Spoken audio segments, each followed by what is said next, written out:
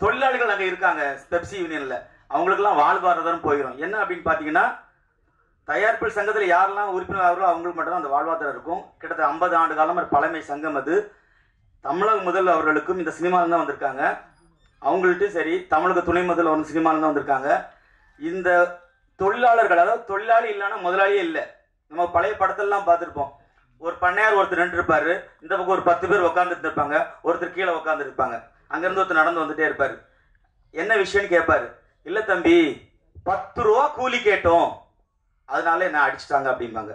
உன்னை இந்த பக்கம் பண்ணையார் என்ன சொல்லுவான் அப்படின்னா, கூலிக்கார பயல்க, இவனுங்களுக்கு யாரா 10 ரூபா கூலி கேட்கணும் அப்படின்னு ஒரு வசனம் இருக்கும்.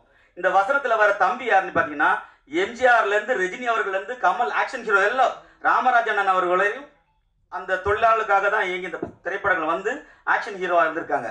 ஆனா இன்னைக்கு ஒரு சங்கம் ஆரம்பிக்கப்படும் போது இந்த தொழிலாளர்கள் நிலை கண்டிப்பா அது கேள்வி உரியா இருக்கும். தமிழக அரசு இதுக்கு பிரச்சனையை தீர்வு காணணும். அது மட்டும் இல்லாம இந்த தொழிலாளர்களுக்கு ஏதாவது ஒரு நல உதவியே அந்த பிரச்சனை தீர்வு. ஏன்னா நீங்க வந்து பாருங்க, ஒரு ரஜினிகாந்த் அவர்களின் படம் வருதுன்னா ரசிகர்கள் முக்கியமா சந்தோஷப்பட மாட்டான். அந்த யூனியன்ல இருக்கிற பெப்சி யூனியன்ல இருக்கிறவங்க சந்தோஷப்படுவாங்க. என்ன காரணம் அப்படின்னா, 50 நாள் 100 நாள் அந்த வேலை இருக்கும். இப்ப விஜய் அவர்கள் வந்து நடிக்கிறதை விட்டுக்கிட்டு அரசியலுக்கு போயிட்டாங்க. அதனால எவ்வளவு அந்த சங்கத்தை நம்பி இருக்கிற தொழிலாளர்கள் நிறைய பேர் பாதிக்கிறாங்க. தயவு செய்து இதை நீங்க தமிழக முதல்வருக்கு எடுத்துக்கொண்டு அந்த தொழிலாளர்களுக்காக ஒரு கொஞ்சம் குரல் கொடுக்கணும். மேலும் வந்து அம்மா அவர்கள் சொன்னாங்க புதியவர்கள்லாம் வரணும் அப்படிங்கிறதுக்காக. நாங்களும் தான் காலம் கட்ட, அதாவது ஒரு பழமொழி சொல்லுவாங்க, கிழவன் எப்போ சாவான் தின்ன காலியாகும். நீ இளைஞர்கள், நாங்கள் இளைஞர் ஒரு பட்டாளமே இருக்கு. ஒரு கனவு கோட்டையை கட்டிக்கிட்டு இளைஞர்கள் இருக்கும். ஒவ்வொரு சங்கங்களும் சரி, ஒவ்வொரு தலைமுறையும் சரி. பாருங்களேன், பாகவதர்னு ஒரு நடிகன் இருந்தாரு, அவர் இடம் விட்டு எம்ஜிஆர் வந்தார். எம்ஜிஆர்னு ஒரு நடிகன் இருந்தார், அதை இடம் விட்டு வந்து ரஜினி வந்தார். இப்போ இடங்கள் விடவே இல்லை. நிறைய இளைஞர்கள் தங்களுடைய திறமையை வச்சு இந்த சினிமாவில் வந்து ஜெயிக்கொண்டு வராங்க. அவங்களுக்கு வழி விடுங்க.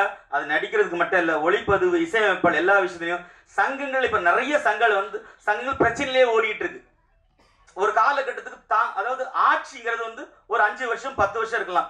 30 வருஷமா ஒருத்தரையே ஆட்சி அதிகம் பண்ற மாதிரி இந்த சங்கங்களை தயவு செய்து முதியோர்கள் தயவுசெய்து நான் உங்களுக்கு கெஞ்சி கேட்டா, உங்களால் ஒரு 10 வருஷம் இருந்துட்டீங்க, அதை வழிவிட்டு இளைஞர்களுக்கு கண்டிப்பா அதை செய்யணும். அப்பதான் இளம் தலைமுறைகள் வந்து நல்ல படங்கள் கொடுப்பாங்க. ஒரு இளைஞர் லோகேஷ் கனகராஜ் நல்ல படம் கொடுத்ததுனால தான் உடனே கூப்பிட்டு ரஜினிகாந்த் அவர்கள் அடுத்த படம் கொடுக்குறாங்க. நாயகனும் நாயகியும் அழகா இருந்தாதான் படம் ஓடும் அப்படிங்கிற காலத்தை காட்டி கோலமாலு கோகிலான் ஒரு படத்தை வந்து கொடுத்திருக்காங்க. இப்படி நிறைய இளைஞர்கள் இங்கே இருக்கிறார்கள். அவர்கள் வெளியே வராம இருக்கிறது கார்பரேட். அதுக்காக உதாரணத்தை சொல்லிட்டு நான் விடைகிறேன். இந்த மேடை நிறைய ஒரு பணத்தை கட்ட அடுக்கி ஒரே மனத்துல என்ன அந்த பணம் அவனுக்குன்னு சொல்லுவாங்க. ஒரு மனத்துல என்னணும், பல இளைஞர்கள் ஓடி ஓடி வருவான். அதை என் பணம் என்னத்துக்குது, கடைசியில் எப்படியா ஒருத்தன் அது பிறந்திருப்பான், எண்ணக்கு துடிப்பான். கடைசியில் 10 நொடி இருக்கும், ஏன்னா 3 தாள் இருக்கும், அதை என்னமோ மணி அடிச்சிருவாங்க. அதான் கார்பரேட். இங்க ஒவ்வொரு இளைஞனும் இந்த கனவு கோட்டையை நோக்கி நகர்த்து வருகிறான். அந்த நகர்வை தடுப்பது யார்? ஒவ்வொரு சங்கங்களும். சங்கம்னா என்ன? ஒரு கூட்டு முயற்சி. ஒருத்தருக்கு பிரச்சனை, 10 ஆட்டோக்காரங்க உட்கார்ந்து இருப்பான், அவன் ஒரு பிரச்சனை மாப்பிள்ள அடிச்சாட கூப்பிட்டு பிரச்சனையை சால்வ் பண்ண சங்கம். ஆனா இன்னைக்கு 2-3 ஆண்டுகளாக பல சங்கங்கள் கேள்விக்குரியார். காரணம், அவங்களும் கார்பரேட் மாதிரி அங்கேயே உட்கார்ந்து இருக்கிறாங்க. நாங்களும் இயங்குகிறோம். கிழமை எப்ப சாக வேண்டாம், விலகி கொள்ளுங்கள். இது புரிந்தவர்களுக்கு புரியட்டும். தர்மம் ஜெயிக்கும். ஜெய்ஹிந்த். இந்த விழா வந்து கட்சி சம்பந்தமானது. இப்போ பேசுகிறவர் சொன்னார், திண்ணை எப்போ காலியாகும், அண்ணன் எப்போ சாவான் அப்படின்னு. முதல்ல திருடனுங்க இந்த வார்த்தையை பேசக்கூடாது, நல்லவன் தான் பேசணும்.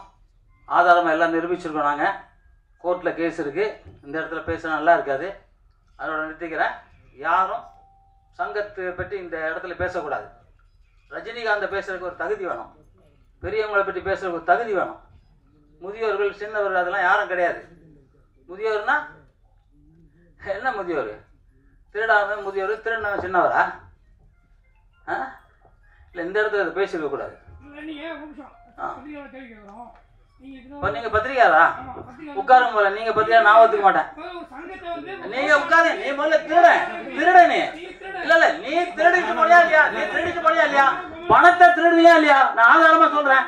எவ்வளவு திருடுகானே, உன் மேல எவ்வளவு கேஸ் நடக்குது, என்னெல்லாம் திருடினது, எத்தனை கேஸ்? நீ உட்காரு முதல்ல. நீ பத்திரிகாரன் சொல்லாத, நீ சொல்லக்கூடாது. பத்திரிகாரன் பத்திரிகாரங்க பேர்லாம் கட்டிப்படும்.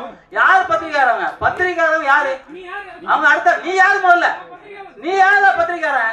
நாங்க தான் பத்திரிக்கை நடத்தி வச்சிருக்கேன். ஆனா பத்திரிக்காரர் இல்ல. பத்திரிக்காரனா அதுக்கு ஒரு தகுதி இருக்கு. அதை படி பேசாத. நீ யார் முதல்ல? திருடன் சங்கம் தவிர பணம் திருடு பண்ண திருடன். திருடன் சொல்லி எல்லாம் சொல்லிட்டேன்.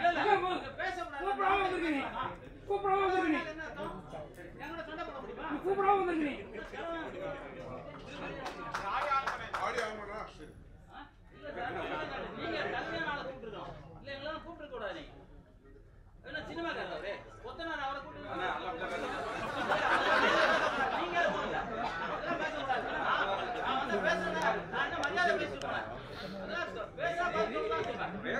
நிகழ்ச்சியை தொடர்ந்து பார்க்கலாம்.